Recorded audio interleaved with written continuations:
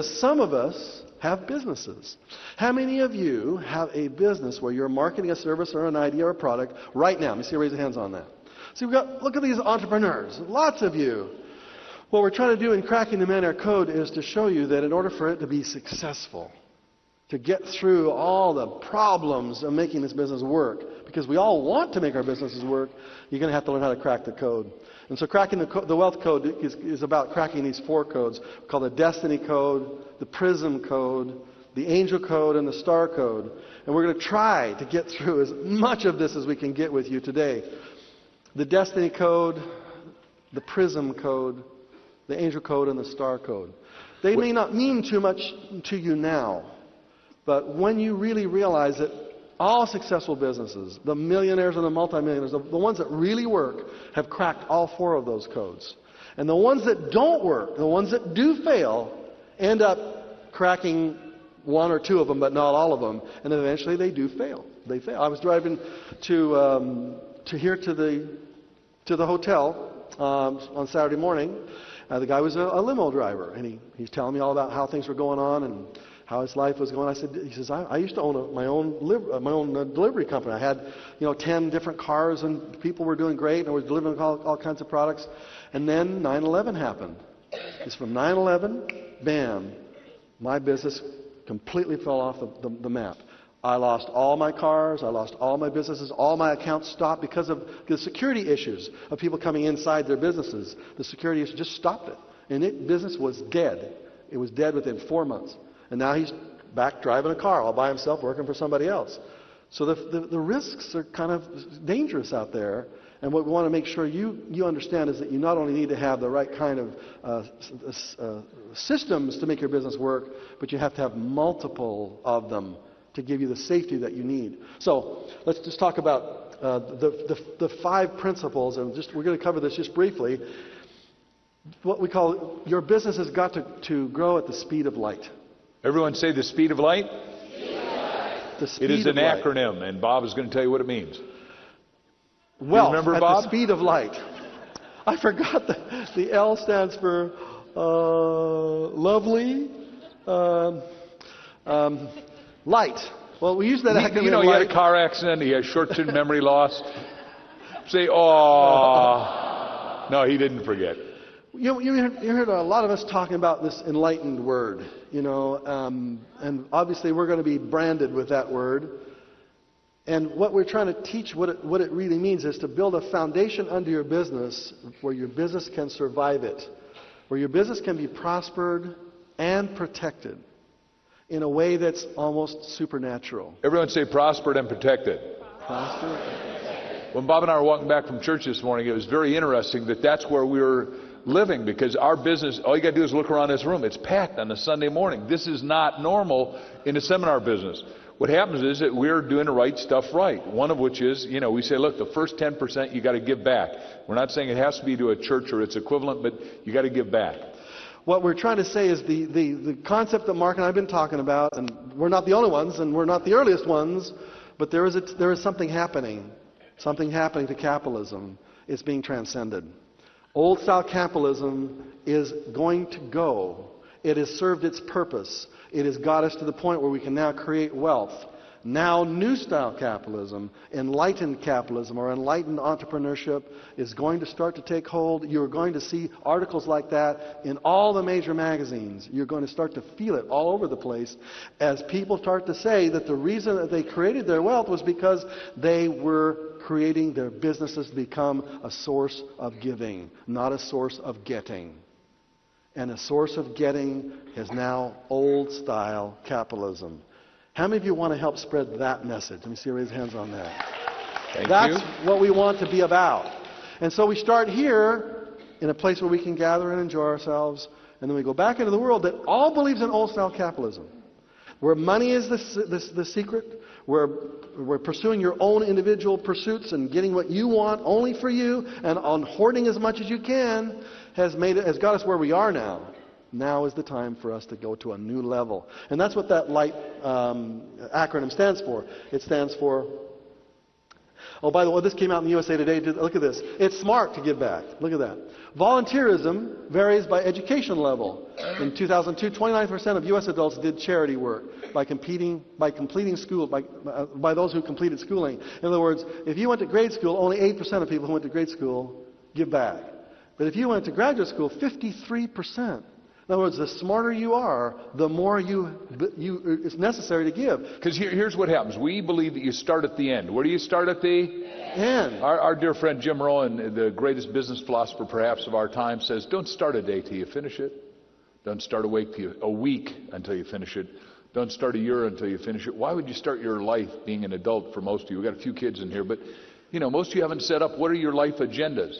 Because if you will write a 100-year agenda, some of you will finish a 100-year agenda in 10 years. Some of you can finish in a year because most of you are underusing your capacity. And what we're saying here is if you'll make I did this on Wednesday night, but we'll do it again, make an infinity sign in the air this way, everybody. And then the right-hand side say residual income. Residual income. Left-hand side say residual philanthropy. Residual philanthropy. Residual philanthropy means that you figure out what it is that you are here to score for. You are coded at DNA and RNA, we believe, to score for something. I don't know what you're to score for. One of the things we're to do is our mission, which we're coded together for, is to eradicate poverty, which we think is the greatest slavery on the planet right now. And some of you have been there. Both of us have been there. Both of us have been hanging out by our fingernails so low we had to reach up to touch bottom, and we said, hey, look, we're going to get out of this, and when we do, we promise we'll bring everybody we can up with us. Now, we can't do it for you, but we can hold up the mirror, let you look in it, and say, yeah, I see that I've got a bigger me. Everyone say there's a bigger me. Yeah, and you got to just, everyone say, I'm shaking off the little me. Everyone, I'm shaking off the little me. So if you're going to see the end from the beginning, you go all the way to the end and you say, wow, if I really made huge amounts of money, what would I do with it? And once you've bought the Mercedes and you got all the cars and you got it out of your system. And once you've got the beautiful house that's just filled with all kinds of gorgeous stuff that just gets older and older and older. And you got that out of your system, and frankly, we almost all got to get it out of our system. Mark and I have got it out of our system, but it means we got it. We got it. And then you go, okay, now I've got everything I've ever wanted. What are you going to do for the rest of your life? You're going to give, you're going to give, you're going to give, you're going to give. So let's start right there. Not as a way of being obnoxious to you, but we're trying to tell you we want you to get everything in your life. We want you to have all the magnificent stuff, abundance completely overwhelming you, and so much to give. So we're going to talk about residual philanthropy here and models that you're going to be using when you're that wealthy. And we want you to allow that little negative voice sometimes in your head that says, well, you don't have that kind of money yet. Just turn that one off and just say, go away for a while. Just go to sleep. Turn that negative voice off and say, one day, this is the way your life is going to be like. So this is the 10th chapter in our book, so this is the end. And it said, why give once when you can give continuously? The only lack we have in the world is lack of consciousness. Everyone point at your table and say, lack of consciousness. Lack of consciousness. This is why we've done such a heavy foundation, because if the foundation... Was I the only one that heard that? Yes. I saw Bob Hope once, and he kept saying, I hear a ring, and he kept saying it so much that people started laughing, thinking it was part of a joke line. And what happened is that it was a domical shape. We were in Denver in a geodesic, and there were windows all the way around, and the crickets were coming in, and he was the only one that could hear the crickets. And so it made him crazy. Anyhow, the only shortage is awareness. Establishing your goals of residual philanthropy in the early years make your business successful. Everyone say today. Today. Now, wait a second. Some of you say, well, show me how that works. Well, we want all of you, when you come to New York, one of the places we're going to take you is, and go alone if you don't go with us, is 91st and 5th Avenue. Our hero is Andrew Carnegie. You go through his house. I also want you to go to Scotland, to Dornoch, Scotland, and go to his 60,000-acre estate, sort of like the movie we showed you on Wednesday night. But Andy said, I'll spend the first half of my life making the money, the second half of my life giving it away to do the most good and least harm. And as far as we're concerned, he benefacted education, 2,856 libraries. I wrote a book called The Miracle of Tithing. How many of you have read The Miracle of Tithing? Businessmen look at it and say, what's the miracle of tithing? And I said, you haven't been tithed enough lately. How would they get a copy of it, Mark? How do you get a copy? Just call 800 Soup Book and tell them you get it at wholesale. 800 Soup Book and get a copy of it. It's a great little book. You'll love it. Yeah, anyhow, Free. I teach different than anybody else. Everybody else teaches tithing as your treasure. That's the last. The first is thinking. Point at your mind and say thinking. Thinking. Point at your neighbor's temple and say thinking. Thinking. And this is why, and we got Diane Baker is in the room somewhere. Are you here still? I saw you. Thinking. She had to leave. Okay, Diane Baker is she's finishing a process. When that terrible tsunami hit and we had a 650-mile, tectonic plate move, and I'd just been in Phuket, Thailand, a year and a half ago, and it was so beautiful and so scrumptious. One of the most idyllic places. One of the places I'd like all of you to have gotten to visit. It was gone. As were 4 countries wiped out. And we said, well, what do I want you to do? Well, I start with thinking. Where do you start with? Thinking. And I still want all of you to take 10% of your frequent flyer miles, but now I want you to call Delta Sky Miles or United's equivalent and say, I want you to give them to Northwest Medical Team, because we're still sending medical teams over because we've got 500,000 people not fed. We started with Habitat, and then Habitat had its own little internal disruption. But you start with thinking, time, talent, and then treasures. Treasures is last. It's all about trusteeship. Old-style capitalism is about ownership. Enlightened capitalism is about stewardship. The money flows through you. It doesn't stop with you. If you ever doubt that question, how many of you own your own home or apartment or condo? How many own your own place where you live in? How many? Raise your hands on that one. Good. Walk around the house one day and notice how it's built. Notice the grass and the foundation and the walls. And ask yourself a question, how long is this house going to be here? Will this house be here long after I am gone? And you'll say to yourself, wait a second, this house might be here for another 200 years.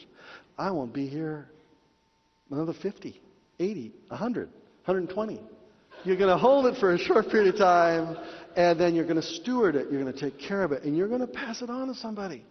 And eventually you learn how to become a steward. Now, steward is when you become abundant. Ownership is when you become scarce. Scarcity is an ownership concept. If you own it, it's a very scarce thing. You're the only one that's got it. But if you're a steward of it, you say to yourself, I'll control it for a period of time, and then it'll be given to this person and that person and this group of people and maybe that charity, and for 100, 200, 300, 500 years, the abundance of that concept just opens up your soul. Are you doing mortal goals, meaning short term, am I going to make it through today? And the bigger they get, the easier they are. So you want to be doing immortal goals. And when I heard Schuller say that, I came back to Bob and I said, we've built an institution. We're going to create $1 trillion, and we're going to have a facility that's one of the things we're going to build, and it's going to be built for tens of thousands of years. Just like a lot of you have been to Rome, and we just saw probably the greatest funeral in human history. 5 million people. That's the number I got. The number may be higher, but that's the number I have from the media I read. 5 million people spontaneously showed up.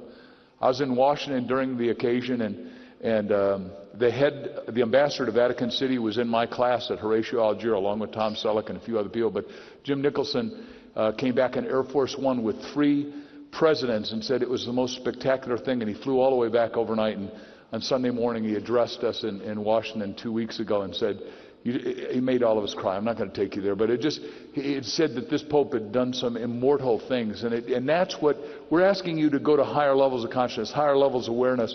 That's what residual philanthropy is at its highest and best. So I want you to go out 10 years, 15 years, I don't know how far it would be, when you've achieved the kind of wealth you want, and there's going to be a group of people, a church, a cause of philanthropy, something that really you feel inspired, interesting word, you feel inspired